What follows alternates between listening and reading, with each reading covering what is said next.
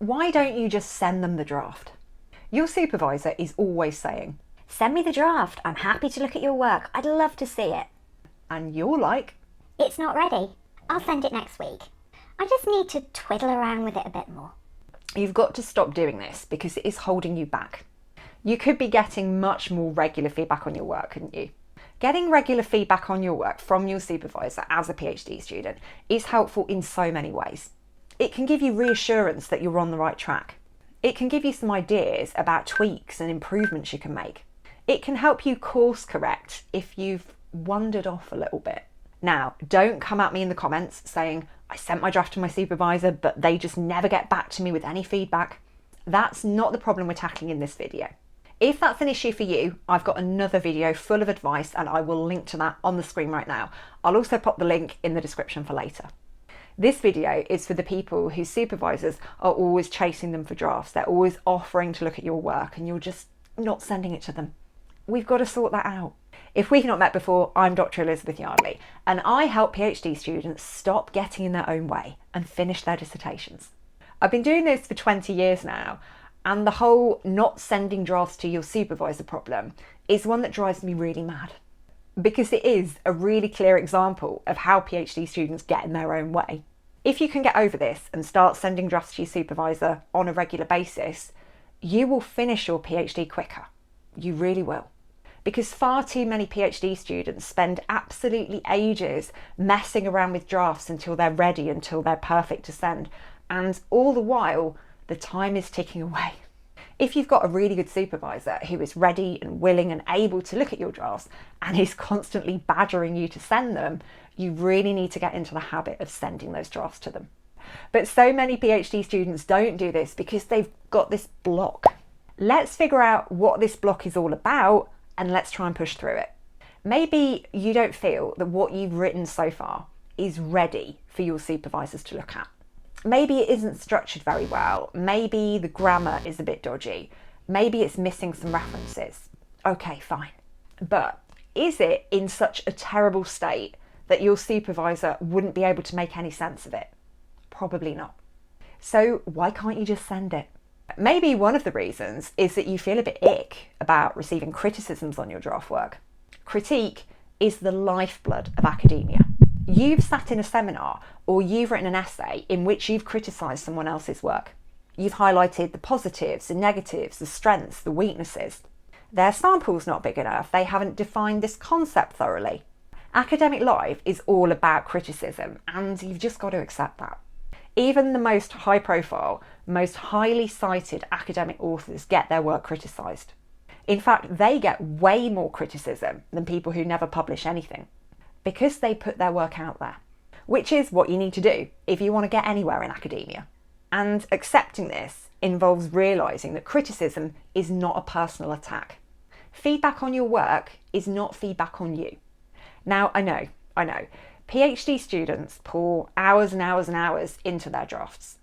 Each page represents hours or days or weeks of thinking, of critiquing, of reading, of writing. It's not just a chapter, it's part of you. And when you hand this over to your supervisors, it can feel like you are exposing a part of your soul. But in academia, the critique is directed at the work, not the individual.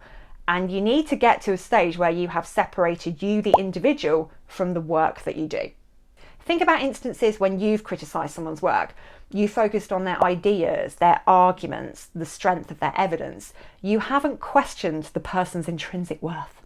And maybe you've had feedback from your supervisor before and it's been a bit harsh.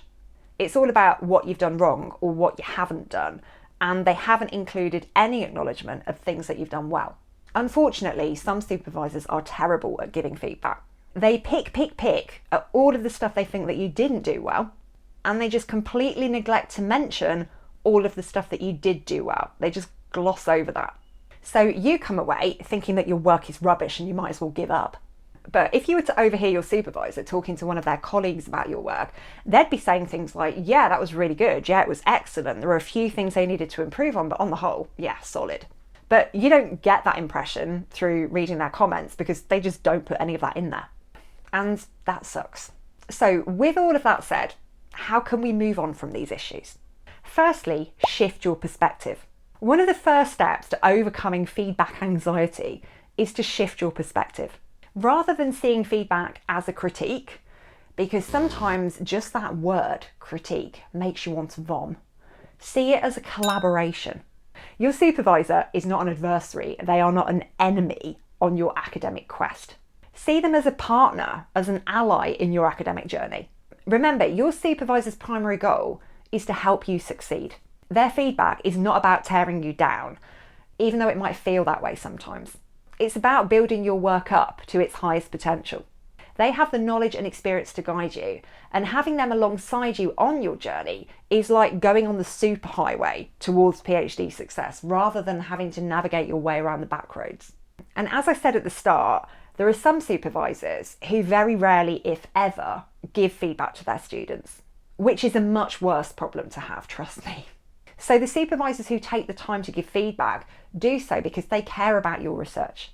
And you know what? They're not perfect either. They are not good at giving feedback. If they are focusing on all the stuff that you did wrong and they're neglecting to tell you the things that you did well, that's not great, but they too are a work in progress, okay?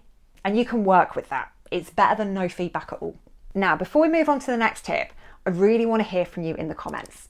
What particular chapter of your PhD do you struggle with the most when it comes to receiving feedback on it? Is it your literature review, your methodology, your findings? Which one are you really hesitating over sending? So drop the name of that chapter in the comments, or if you struggle with all of them, just pop the word all below. Secondly, set realistic expectations. Understand that your draft is just that. It's a draft. It's not supposed to be perfect. Expecting perfection of yourself, expecting to send this draft off to your supervisor and they just come back to you and go, yeah, fine, no changes to make it perfect, that is unrealistic. And it sets you up for disappointment. Instead, set out to produce the best draft that you can at this point in time, knowing that that is going to improve when you get feedback on it.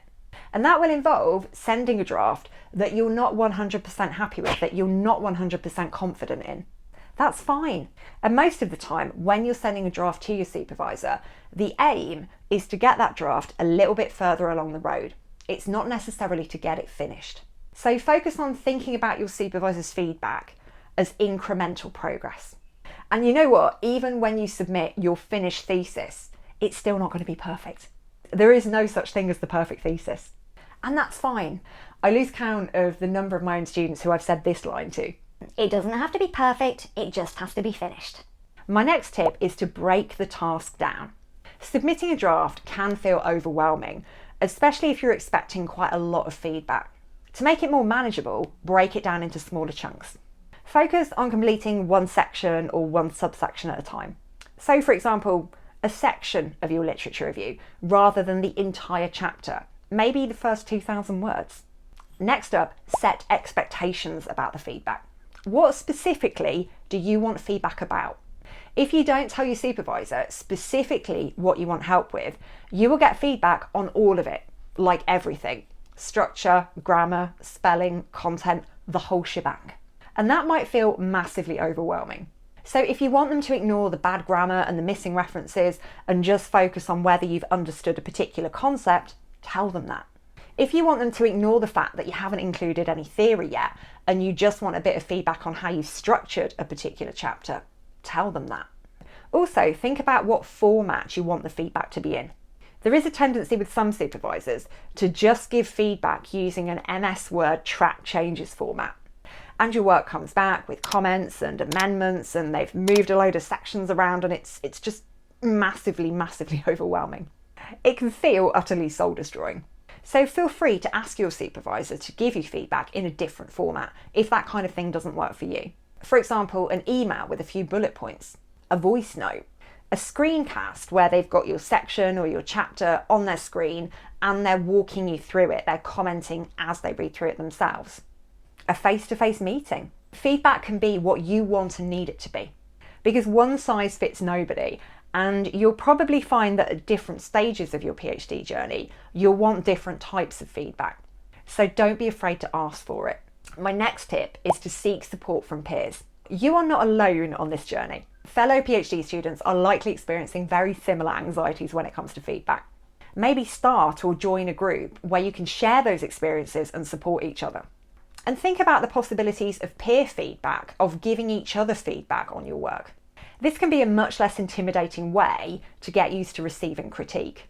And sometimes it can just be nice to feel that you have a group of people that you can go and vent to. And I can pretty much guarantee you that someone else in that group has had a very similar experience. Next up, act on the feedback. Now, I know this sounds really obvious, but the next thing to do is to act on that feedback. So don't just kind of tuck it away in your email inbox or file it away in your Dropbox. Actually use it. And sometimes this isn't an easy thing to do, especially if the feedback from your supervisor is quite harsh or it's not very balanced. It's all about what you've done wrong. It's not about what you've done well. That can sometimes be a bit like, oh, I just want to put this away and I don't want to look at it and I just, no, can't deal with it right now. If you feel like that, that is perfectly understandable. That is a perfectly natural reaction to feedback that is not great. So what you should do in this scenario is read through that feedback once and then put it to one side for just 24 hours, just a day. Okay, just get a little bit of space in between you and the feedback, but make sure you go back to it. And having that space will help you process those comments more rationally and less emotionally. Be really strategic in what you do with the feedback from there. You might want to organise the feedback, categorise it into different types: conceptual, structural, stylistic. And by putting feedback comments into categories, this can help you tackle it systematically. Rather than having this big, long, massive list of all different types of things that you need to do to your draft, create a plan. Develop a revision plan based on the feedback. Prioritise the most critical changes and do those first. Seek clarification. If any of the feedback is unclear, don't hesitate to go back to your supervisor on it and ask them to explain it to you. You need to understand what it is that they actually mean. So if there's any confusion, make sure you clear that up before you wade in and make changes that might take you hours and might take you days, and it turns out that you didn't need to do that, or you needed to do it in a slightly different way. And make sure that you reflect on your progress. After you've made the revisions to your draft, take the time to reflect on how those changes have enhanced your work. Go and take a look at that original draft that you sent to your supervisor and look at how much you've improved it. Because recognising the degree of change that you've been able to make with feedback and looking at how much better that has made your work can be something that's really helpful in terms of pushing through those feedback blocks. So remember, asking for feedback, receiving feedback, responding to feedback, it's all part of the PhD journey. And it's through this process that ultimately you can produce work that you're proud of. You can produce work that makes a difference. And by making some shifts and some changes to our mindset, to the way that we think about feedback, like I've suggested in this video, this can actually help us finish our PhDs quicker. So just send that draft. Seriously, go and do it now. Appearing on your screen right now is another video that you're going to find super helpful if you're writing up your PhD. It's about a really important thing that you absolutely need to do in every single chapter you write. But most PhD students don't actually do it. So go and take a look at that. I'll see you there.